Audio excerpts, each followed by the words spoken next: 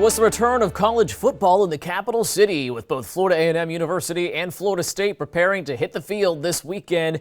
But the start to the game day weekend has not been the smoothest for FAMU. This is a story we broke just a few hours ago. Thanks for joining us. I'm Channing Frampton. And I'm Ava Van Valen. Just before making the trip to North Carolina, Rattlers head coach Willie Simmons says at least 20 players were ruled ineligible to play. ABC 27 sports director Allison Posey, one of the first reporters on this story. So Allison, how close was this team to not making the trip to Chapel Hill? Yeah, guys, it's been a hectic morning. I actually got here around noon. There were charter buses lined up outside the field house, ready to take this Rattler football team to the airport to catch their chartered flight. Those buses were then unloaded because they had to leave to go to the airport to pick up Duquesne, who Florida State is taking on tomorrow. So the Rattlers waited. There's 20 players ineligible due to either academic reasons or to transfer rules. And head coach Willie Simmons telling me, quite frankly, this game is just unsafe to play with that many players ineligible.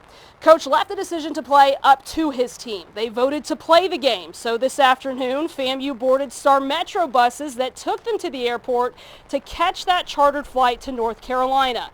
Simmons called today one of the more challenging days in FAMU football's history. So I asked Coach, how does something like this even happen?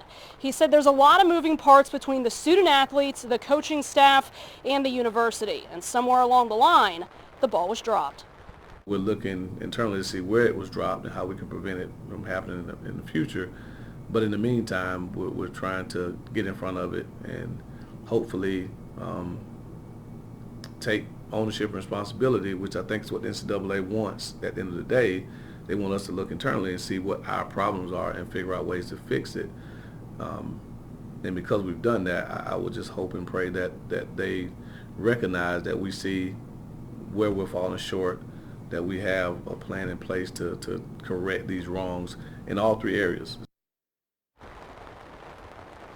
Now, Simmons said some of the rulings on those 20 players is for the season. Others are for 4 games. They are appealing those rulings. He told me he is hoping the NCAA understands FAMU is owning up to their mistakes and is working to right them. Now, I did reach out to the university several times for comment. I have heard nothing from Florida A&M. FAMU's game is set for an 8:20 kickoff at North Carolina tomorrow night. From Florida A&M, Allison Posey, ABC 27.